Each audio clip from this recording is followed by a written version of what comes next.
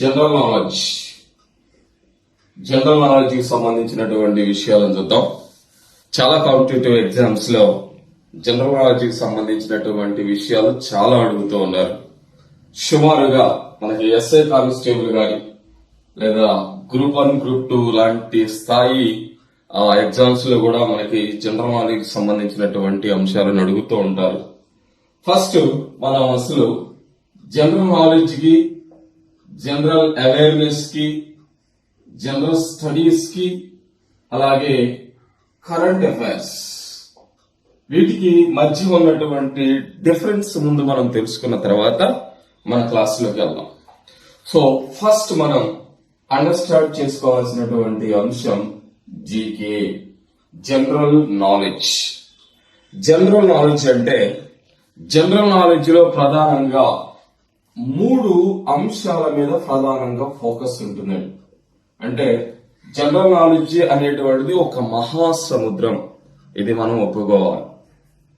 ఈ మహాసముద్రాన్ని కూడా మనం ఈజీగా ఈదడానికి అవకాశం ఉంది. ఎప్పుడు అంటే జనరల్ నాలెడ్జ్ ని ఒక ఆర్డర్ ప్రకారం నేర్చుకుంటే, ఏ సబ్జెక్ట్ అయినా ఏదైనా అంశాన్ని ఒక ఆర్డర్ ప్రకారం, ఒక పద్ధతిలో, క్రమ పద్ధతిలో మనం నేర్చుకున్నప్పుడు ఆటోమేటిక్ గా ఆ సబ్జెక్ట్ మీద, అంశం మీద మనకి గ్రిప్ వస్తుందండి. అలాంటిదే జనరల్ నాలెడ్జ్ అనేటువంటిది కూడా. జనరల్ నాలెడ్జ్ లో ప్రధానంగా స్టాక్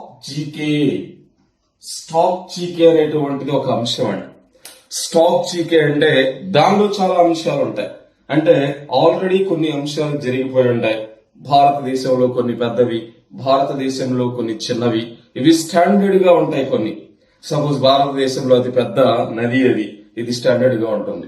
భారతదేశంలో అతి చిన్న నది ఏది, వైశాల్యంలో పెద్ద నది ఏది, పొడవులో పెద్ద నది ఏది, లేదా బిల్డింగ్ల పరంగా చూసుకున్నా, లేదా స్టోన్స్ పరంగా చూసుకున్నా, చాలా రకాలైనటువంటి అంశాలలో పెద్దది చిన్నది అనేటువంటి అంశాలను ప్రధానంగా మనం చర్చించుకుంటే అది స్టాక్ జీకే కింద వెళ్తుందండి. సో స్టాక్ జీకే అనేటువంటిది జీకేలో one of the part. So ఇది మొదటి అంశం అండి. స్టాక్ జీకే అనేటువంటిది జీకేలో ఒక రకమైనటువంటి జీకే. రెండవది సోషల్ స్టడీస్ అంటే సాంఘిక శాస్త్రాలకు సంబంధించినటువంటి సాంఘిక శాస్త్రాల జీకే, జనరల్ నాలెడ్జ్. ఓకేనా? ఫస్ట్ ఏమో స్టాక్ జీకే, రెండవది సాంఘిక శాస్త్రాల జీకే, మూడవది సైన్స్ జీకే, సామాన్య శాస్త్రాల లేదా విజ్ఞాన శాస్త్రాల జీకే అని తెలుగులో మనం అనొచ్చండి. ఓకేనా? సో ఇలాగా 3 అంశాలు కలిగి ఉన్నటువంటి ప్రధానమైనటువంటి చర్చనీయాంశం ఏంటి అంటే జీకే. మళ్ళీ చెప్తున్నాను, జీకేని మనం ప్రధానంగా 3 భాగాలుగా విభజించుకుంటాం. అందుట్లో ఒకటి ఏంటి అంటే స్టాక్ జీకే, రెండవది సోషల్ స్టడీస్ జీకే, మూడవది సైన్స్ జీకే. సో జీకేకి, జనరల్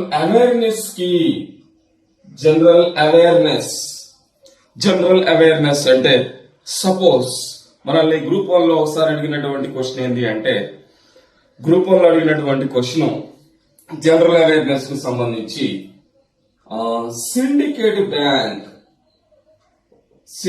బ్యాంక్ యొక్క సింబల్ లేదా చిహ్నం ఏది,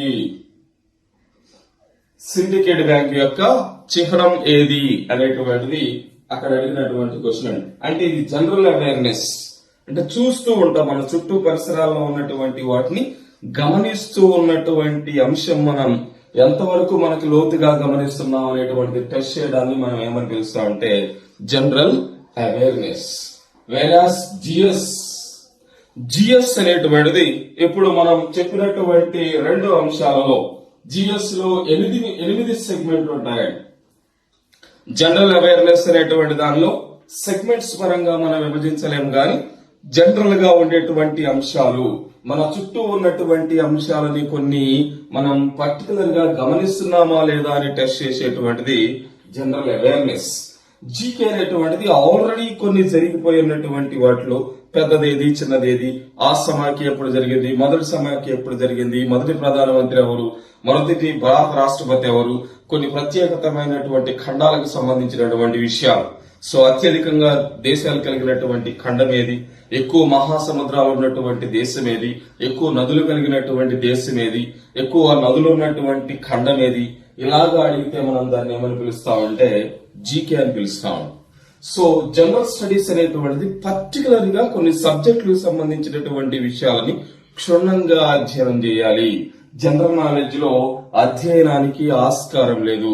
మనం తెలుసుకుంటాం, వాటికి సంబంధించినటువంటి విషయాల పట్ల మనం అవగాహన కలిగి ఉంటాం. అవగాహన కాకుండా సబ్జెక్టు మీద అధ్యయనం చేయడాన్ని ఏమని పిలుస్తామంటే జిఎస్ అని పిలుస్తామండి. జిఎస్ లో మనకి 4 అంశాలు కనబడతాయండి. జిఎస్ లో 4 అంశాలు కనబడతాయి. ఒకటి సోషల్ స్టడీస్ కి సంబంధించినటువంటి సబ్జెక్టులు, ఒకటి సోషల్ స్టడీస్, రెండవది సైన్స్, మూడవది మ్యాథమెటిక్స్ మ్యాథ్స్, నాలుగవది కరెంట్ అఫైర్స్. ఫ్రెండ్స్ చాలా బాగా అబ్జర్వ్ చేయాలి. ఈ 4 అంశాల మీద జిఎస్ డిపెండ్ అయి ఉంటుంది. కరెంట్ అఫైర్స్ లేకుండా జిఎస్ ఉండదు, జిఎస్ పేపర్ ఉండదు. నెక్స్ట్ జిఎస్ లో ఉండేటువంటి శాస్త్రాలని సబ్జెక్టులను మనం గమనిస్తే దీనిలో 8 రకాలైనటువంటి సబ్జెక్టులు ఉంటాయి. అందుట్లో మనం ప్రధానంగా విభజించుకుంటే అవి 4 రకాలుగా కనబడుతూ ఉంటాయి. ఈ 4 రకాలలో సోషల్ స్టడీస్ కి సంబంధించినటువంటి అంశం ఒకటి, రెండవది సైన్స్ కి సంబంధించినటువంటి అంశం రెండవది, మూడవది గణిత శాస్త్రానికి సంబంధించినటువంటి అంశాలు, నాలుగవది వర్తమాన అంశాలు. వీటిని మనం కరెంట్ అఫైర్స్ అనేటువంటి పేరుతో పిలుస్తాం.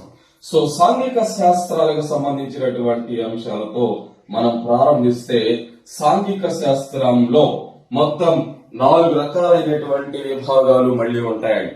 ఆల్రెడీ ఒకటి మనకు తెలిసినటువంటి విషయం ఏంటి అంటే జియోగ్రఫీ, భూగోళ శాస్త్రం, రెండవది భూగోళ శాస్త్రం తర్వాత మనకు ఉండేటువంటిది చరిత్ర తర్వాత పౌర శాస్త్రం తర్వాత అర్థశాస్త్రం. ఇవి సాంఘిక శాస్త్రంలో ఉండేటువంటి 4 ప్రధానమైనటువంటి విభాగాలు. వీటికి సంబంధించినటువంటి అంశాలను తప్పనిసరిగా మనం నేర్చుకోవాల్సినటువంటి అవసరం ఉంది. ఎక్కడ అంటే సాంఘిక జనరల్ స్టడీస్ లో. సాంఘిక శాస్త్రాలలో 4 విషయాలు: భూగోళ శాస్త్రం జియోగ్రఫీ, నెక్స్ట్ హిస్టరీ, సివిక్స్ లేదా పొలిటికల్ సైన్స్ అంటామండి, నెక్స్ట్ ఎకనామిక్స్. సో ఈ పౌర శాస్త్రం అనేటువంటి ప్లేస్ లో మనకి ఇప్పుడు మన కాంపిటేటివ్ సంబంధించి పౌర శాస్త్రం బదులుగా మనం దేనిని చదువుతామంటే పాలిటీ అనేటువంటి దాన్ని చదువుతామండి. పాలిటీలో ప్రధానంగా దేన్ని చదువుతామంటే భారత రాజ్యాంగానికి సంబంధించినటువంటి అంశాలని ప్రధానంగా చర్చించడం జరుగుతుంది. అర్థశాస్త్రంలో కూడా మనం ఆర్థికపరమైనటువంటి ఆర్థిక వ్యవస్థకు సంబంధించిన విషయాలను చదువుతాం. మనం ప్రధానంగా అర్థశాస్త్రంలో చదివేటువంటి అంశం ఏంటి అంటే ఆర్థిక వ్యవస్థకు సంబంధించినటువంటి విషయాలు చదువుతాం తప్ప పూర్తిగా అర్థశాస్త్రానికి సంబంధించిన విషయాలు మనం చదవం. నెక్స్ట్ గణిత శాస్త్రంలో మనకున్నటువంటి 2 అంశాలు. అవేంటి అంటే ఒకటి అర్థమెటిక్, రెండవది రీజనింగ్. అర్థమెటిక్, రీజనింగ్ అనేటువంటి 2 అంశాలు మనకి గణిత శాస్త్రం నుండి ఉంటాయి. ఇక సైన్స్ లో ఆల్రెడీ మనకు తెలుసు 3 ప్రధానమైనటువంటి శాస్త్రాల అధ్యయనం జిఎస్ లో ఉంటుంది. అందుట్లో మొదటిది ఏంటి అంటే జీవశాస్త్రం, రెండవది జంతు శాస్త్రం, మూడవది భౌతిక శాస్త్రం, అలాగే దీనిలోనే కొన్ని అంశాలు రసాయన శాస్త్రం. ఓకేనా? భౌతిక శాస్త్రం, రసాయన శాస్త్రం. సో ఇలాగా సైన్స్ లో జీవశాస్త్రం, జంతు శాస్త్రం, భౌతిక శాస్త్రం, రసాయన శాస్త్రానికి సంబంధించినటువంటి విషయాలతో పాటు వర్తమాన అంశాలను కూడా చదివితే మనం ఏమవుతుంది అంటే జిఎస్ అవుతుందండి. ఇదే అంశాలు మనకి ఎక్కడ ఉంటాయంటే జీకేలో కూడా ఉంటాయి, కానీ గణిత శాస్త్రానికి సంబంధించిన విషయాలు జీకేలో అడగవు. అదే జీకేకి జిఎస్ కి ఉన్నటువంటి డిఫరెన్స్ ఏంటంటే, ఒక సబ్జెక్ట్ కి సంబంధించినటువంటి జనరల్ విషయాలు తెలుసుకుంటే దాన్ని జీకే అంటాం. ఒక సబ్జెక్ట్ కి సంబంధించినటువంటి అంశాలని క్షుణ్ణంగా అధ్యయనం చేస్తే దేన్ని ఏమని పిలుస్తామంటే జిఎస్ అని పిలుస్తాం. జిఎస్ లో ఉండేటువంటి సబ్జెక్టులు గణిత శాస్త్రం, కరెంట్ అఫైర్స్ రెండు ఉండవు. మిగతా సాంఘిక శాస్త్రం అలాగే సైన్స్ కి సంబంధించినటువంటి విషయాలు అలాగే స్టాక్ జీకే కి సంబంధించినటువంటి విషయాలు ఎక్కడ ఉంటాయంటే జీకేలో ఉంటాయండి. ఫ్రెండ్స్, క్షుణ్ణంగా అండర్స్టాండ్ చేసుకోండి. జనరల్ అవేర్నెస్ వేరు, జనరల్ జీకే వేరు, జనరల్ నాలెడ్జ్ వేరు. ఓకేనా? So GK general knowledge, GK general knowledge ని మనం సింప్లిఫై చేసి జీకే అని పిలుస్తాం. జీకే జనరల్ అవేర్నెస్ అలాగే జనరల్ స్టడీస్ అనేటువంటివి మొత్తం కూడా మూడింటికి డిఫరెన్స్ ఉంది. ఆ తర్వాత కరెంట్ అఫైర్స్, జనరల్ స్టడీస్ లో శాస్త్రాలపై ఉండేటువంటి ప్రధానమైనటువంటి చర్చా వర్తమాన అంశాలని మనం ఏమని పిలుస్తామంటే కరెంట్ అఫైర్స్ అని పిలుస్తాం. కరెంట్ అఫైర్స్ లో రకరకాలు ఉంటాయి. అవార్డులు ఉంటాయి, రివార్డులు ఉంటాయి, క్రీడలకు సంబంధించిన అవార్డులు ఉంటాయి, నెక్స్ట్ పొజిషన్స్ మారుతూ ఉంటారు. ఇంకా వర్తమాన అంశాలు అనేటువంటివి ప్రతిదీ మనకి పేపర్ లో, న్యూస్ పేపర్ లో వచ్చేటువంటి ప్రతి న్యూస్ కూడా మన సబ్జెక్టులకు సంబంధించినటువంటి కొత్త అంశాలు ఏమైనా ఉంటే వాటిని వర్తమాన అంశాల కింద మనం చదువుతాం. దీనిలో అంతర్జాతీయ అంశాలు ఉంటాయి, జాతీయ అంశాలు ఉంటాయి, రాష్ట్రీయపరమైనటువంటి అంశాలు ఉంటాయి. వీటిని ఏమని పిలుస్తామంటే వర్తమాన అంశాలు అని పిలుస్తాం. సో ఈ రెండింటికి మధ్య డిఫరెన్స్ మనకు తెలిస్తే జనరల్ నాలెడ్జ్ అనేటువంటిది నేర్చుకోవడం చాలా ఈజీ అవుతుంది. జనరల్ నాలెడ్జ్ లో ప్రధానంగా 3 అంశాలు ఉన్నాయి. అందుట్లో మొదటిది ఏంటి అంటే జనరల్ నాలెడ్జ్ లో మూడిట్లో మొదటిది స్టాక్ జీకే అని పిలుస్తామండి. అంటే ఆల్రెడీ జరిగిపోయినటువంటి కొన్ని అంశాలని మనం జనరల్ గా స్టాక్ జీకే అనేటువంటి పేరుతో పిలుస్తాం. సో స్టాక్ జీకేలో అసలు ఏముంటాయి? ఓకేనా? జీకేని ప్రధానంగా 3 భాగాలుగా విభజించాం. మళ్ళీ చెప్తున్నానండి. ఒకటి స్టాక్ జీకే, రెండవది సాంఘిక శాస్త్రాలకు సంబంధించిన జీకే.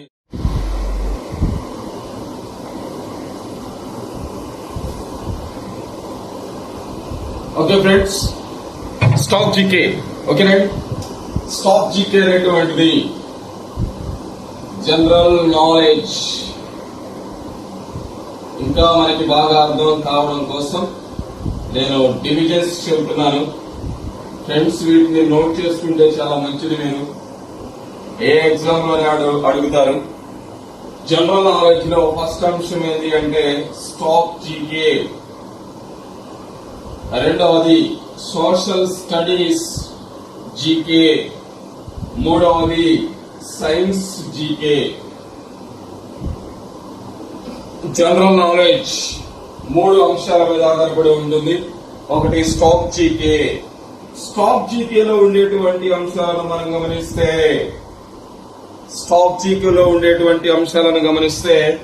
మొట్టమొదటి అంశం దినోత్సవాలు. స్టాక్ జీకేలో ఉన్నటువంటి అంశం మనం గమనిస్తే మొట్టమొదటి అంశం దినోత్సవాలు. దినోత్సవాలు మళ్ళీ 4 రకాలైనటువంటి దినోత్సవాలు ఉంటాయండి. జనరల్ గా మనకి 4 రకాలైనటువంటి దినోత్సవాలు ఉంటాయి. ఒకటి ప్రపంచ దినోత్సవాలు,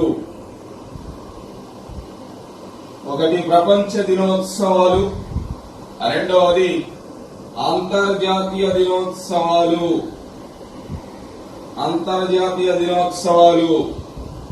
మూడవది జాతీయ దినోత్సవాలు, నాలుగవది రాష్ట్రీయ దినోత్సవాలు లేదా రాష్ట్ర దినోత్సవాలు.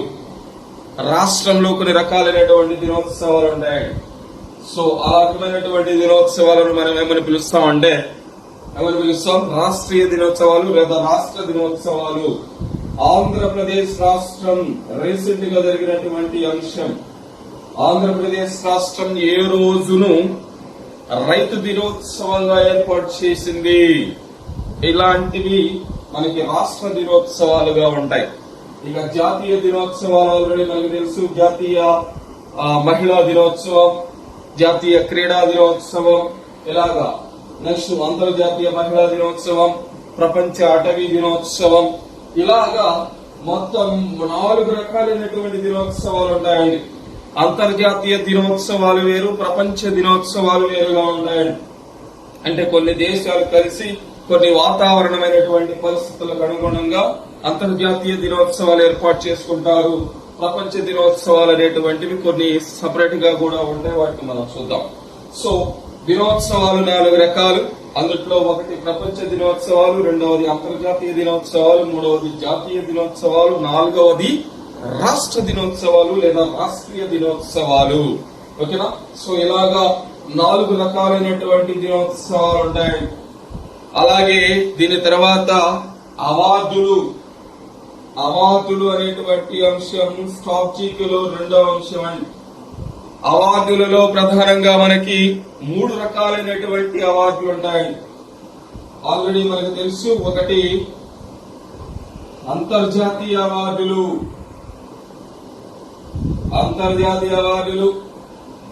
రెండవది జాతీయ అవార్డులు, నాలుగవది రాష్ట్రీయ అవార్డులు లేదా రాష్ట్ర అవార్డులు అని పిలుస్తాం. సో ఇవి క్రీడలు కాకుండా ఏర్పాటు చేసినటువంటి రకరకాలైనటువంటి అవార్డులండి. అంటే ఈ అంశంలో మనం క్రీడా అవార్డులు చదవం, ఎందుకంటే దీని తర్వాత టాపిక్ క్రీడలు కాబట్టి. క్రీడలు కాకుండా అన్ని రకాలైనటువంటి జాతీయ, అంతర్జాతీయ, రాష్ట్రీయ అవార్డులన్నీ ఈ చాప్టర్ కింద చదువుతాడు. అంతర్జాతీయ అవార్డుల్లో మనకి ప్రధానంగా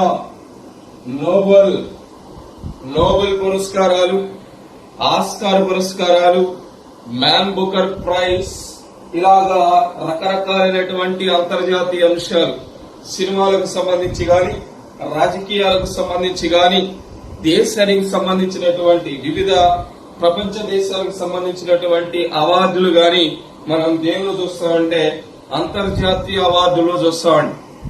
సపోజ్ ఫ్రాన్స్ మన ప్రధానమంత్రికి ఒక బిరుదునిచ్చింది.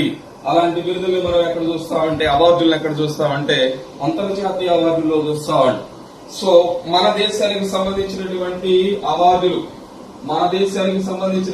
అవార్డుల్లో పద్మభూషణ్, పద్మవిభూషణ్, పద్మశ్రీ, ఓకేనా? మళ్ళీ మన సినిమాలకి, మన జాతీయ అంశాలలో జాతీయ సినిమాలకు సంబంధించినటువంటి కొన్ని అవార్డులు కూడా ఉంటాయి. వాటన్నిటినీ మనం ఎక్కడ చూస్తామంటే జాతీయ అవార్డులు